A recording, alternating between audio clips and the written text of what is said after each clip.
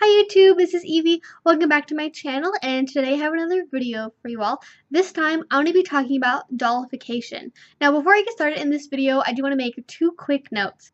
One, I'm going to be making a follow-up video to this. It's going to be specifically talking about bimbolification, which is related to dollification in a lot of ways, and a lot of people overlap the two, but they are definitely not the same thing, and they can be completely separate. So if that element of dollification is interesting to you, be sure to check that out. Two, it is a busy day outside today. I live on a normally busy street, and it's the first day of nice weather that we have had in probably 8 or 9 months. So there's a lot of traffic going by. So there might be some noise I'm not going to be able to edit out. If that bothers you, I'm sorry. I can't help it when people drive past my apartment complex. But regardless, we are going to be talking about dollification today.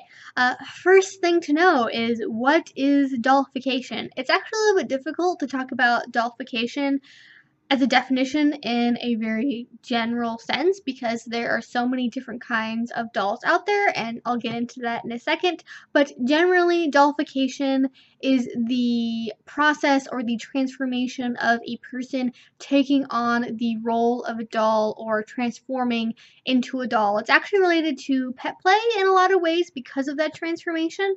They don't generally share a lot of things in common, but in pet play, for a reference that I think a lot of my viewers will understand, it's a person transforming or taking on the role of an animal, be that a cat or a dog or a ferret or a fox or what have you, whereas dollification is somebody transforming or taking on the role of a doll.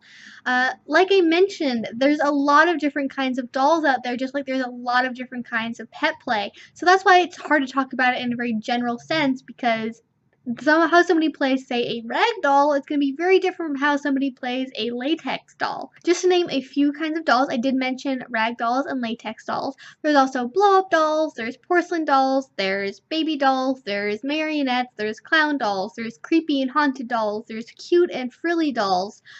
There's dolls that are more like robotic, so something like, say, Chobits type dolls, if you've seen the show Chobits before. Something like that could even be part of dollification if you wanted it to be. But there's a ton of different kinds of dolls out there. Some people will have one kind of doll they go to, and that's the kind of doll that they are. Other people will have multiple different kinds of dolls that they play as, that are brought out by different kinds of scene energy that they want to have, just different elements of their personality. The number and type of doll that you have can be a sort of identity, like you are a ragdoll and that's who you are, and that you are a ragdoll and that's who you are as a person. The same way a lot of people identify whatever kind of pet they are, like I'm a puppy, and being a puppy and having that be the kind of pet I am is really important to me. You can kind of have a similar thing to that with dollification. It doesn't necessarily have to be the case. You can do dollification as just sort of a fun thing. It doesn't have to be a huge and transformative part of your dynamic, but for a lot of people that is. From what I can tell, there are sort of two main motivating factors, or two main elements to dollification that happens when people partake in dollification. Again, it is really hard to talk about dollification in a general sense because there are so many ways to do it, but from my research, these sort of two categories are what I found to be the most common motivators for people who do dollification and the kinds of dollification that people partake in. The first one is going to be that it's a very intense form of power exchange. Dolls don't have a lot of say in what they do most of the time. They don't have their clothes that they can pick for themselves. They have their outfits chosen for them, their makeup chosen for them. Their sense and style itself is normally something that is completely up to whoever is the dominant in that scene or in that dynamic. They have their speech restricted, their movement restricted, their bodily functions restricted even in some cases. If a doll is able to move on their own or have their own speech, it is generally restricted or kept to a few key programmed, and I'll get more into programming in a second, different program phrases or phrases that are initiated via something that the dominant does, such as, for say, when a doll has their shoulder tapped, they're supposed to say a certain key phrase, and you can kind of build off of that in a lot of ways, but a big thing is that it is such a huge degree of power exchange because dolls generally don't have a lot of their own ability to control their own environment. Another thing that is very big with a lot of dolls is it can be very objectifying and it can be very degrading. And that is a good thing for a lot of people. Keep that in mind. A lot of people enjoy being objectified and they like being degraded because a doll literally is an inanimate object. Even if you're playing a doll that is more, again, like a Chobits sort of doll that's more robotic and has a bit of their own autonomy that they've had programmed into them, they are still an object. They still don't have human sentience. They still don't get to make their own choices. They don't have their own free will. They are literally just there to do whatever it is that their dominant says for them to do. With dollification, generally speaking, the doll is going to be the submissive in the scene or in the dynamic. That is not always the case. You could totally have, two dolls that are in a dynamic together. Maybe two dolls that are owned by the same person, and one of them is more of the bossy doll, and one of them is, a bit nicer, more placid. But generally speaking, the doll is going to be the submissive. The role that the dominant takes does have a lot of forms, although most commonly the dominant is going to be referred to as the maker. They are considered the creators of the doll, though of course you could have it be role played that perhaps the dominant is the one who purchased the doll or is the one who is interested in purchasing the doll. Maybe they're a doll collector. You can take that in a lot of different directions, but the most common role that a dominant takes in dollification is going to be the creator or the maker of the doll. Dollification actually incorporates really well into a lot of other kinks. There are a ton of things that you can bring in to dollification that are from other kinks. So, for example, let's say you are a marionette. You can incorporate rope bondage into that. You can incorporate sensory deprivation, like let's say you're locked in a toy chest or in, a collector's case or something like that. You can incorporate humiliation. Maybe you are a doll that is flawed in some way, like, the Island of Misfit Toys, and you're having all of your flaws pointed out, or having your flaws corrected for that matter. You could incorporate medical play. So, for example, you could have, maybe you are being taken to a repair shop and some kind of doll repair person is repairing you and fixing all of your broken parts. You could have a doll who is up for auction maybe, or is for sale in a store. You could, incorporate the aspect of being bought and sold that way. You can incorporate elements of hypnosis as well. And like I mentioned earlier at the start of this video, you can also incorporate bimboification depending on where you want to take your dollification. How does dollification actually work? That is the difficult part because, as I mentioned before, dolls don't really have a lot of their own free will. They don't get to make a lot of their own choices. So generally that puts a lot of pressure on the dominant to do so many things for the submissive during a dollification scene or during some kind of dynamic that they have if it's an ongoing dynamic, and that can be difficult.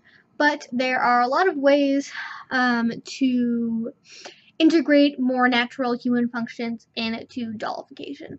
And a lot of ways you can actually incorporate things like safe words and stuff into your play. So, for example, a lot of dolls are programmed to know how to do certain things. Again, I'm going to keep making Chobits analogies because that is what my brain goes to when I think about dollification is Chobits for some reason. But you can incorporate different programming into being a doll. Like, let's say you are a doll who is programmed to know how to clean, and you are a cleaning doll, and that is what you do. Or you are programmed to be a fuck doll, and all you know is how to suck cock really, really well. I don't know. There are tons of different programming. You can have it just be generally speaking, okay, you're a doll and you know how to do these kinds of things, so it's assumed that you would know how to do X, Y, and Z thing, and you're allowed to do X, Y, and Z because that's part of your programming. Or you can make it really, really itemized and say you're a doll, but the only things you know how to do is you know how to laugh when I press here in the middle of the chest, you know how to cry when I tap your shoulder, and you know how to say I love you when I tickle your tummy, or something like that. You could have it be anywhere from being very, very autonomous in a lot of ways and having very detailed robotic programming to being a ragdoll and only knowing how to do very, very basic things, not even being able to stand up or move or pose on your own without somebody else's assistance. So there are a lot of different directions you can go with how much you actually know when you are being a doll. And that's something that a lot of people find appealing about being a doll, is you can really like clear your mind, because the only thing that you are there to do, the only thing that you even know how to do, is whatever your maker has programmed you to do, or instructed you to do, or posed you, or something like that has happened that informs you the only thing that you should be thinking or doing in that particular moment. And a lot of people really enjoy that. Now, something that is very important to remember about dollification is, because of the fact it does incorporate a lot of objectification, a lot of humiliation elements sometimes, is you need to make sure that when you're doing dollification, you still take the time to set up safe words, and you still take the time to, talk about limits and everything like that. Is very, very important. Playing and dollification, it can be two things that are a bit more difficult to incorporate safe words into without necessarily breaking the energy of the scene completely, if it's just something that's temporary and can be fixed, and then you can go back on and continue the scene. Something that I found during my research that I thought was a really, really helpful suggestion is, I talked about programming before. One thing you can do is you can have a spot on the doll's body that when you touch it, they are programmed to respond like "I'm happy" or like something like that.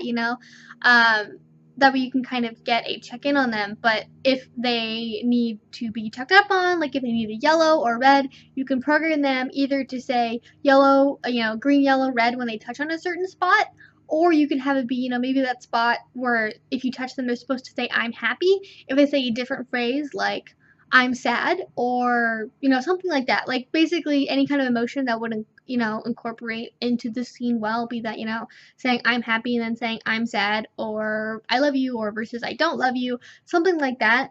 Having that spot on the body touch, and then have them say that negative thing like "I'm sad," have them say that instead. Then you can have a little side panel and check in and see what's going on, see if you push them too far, and then hopefully you can go back into the scene and fix whatever happened that went wrong.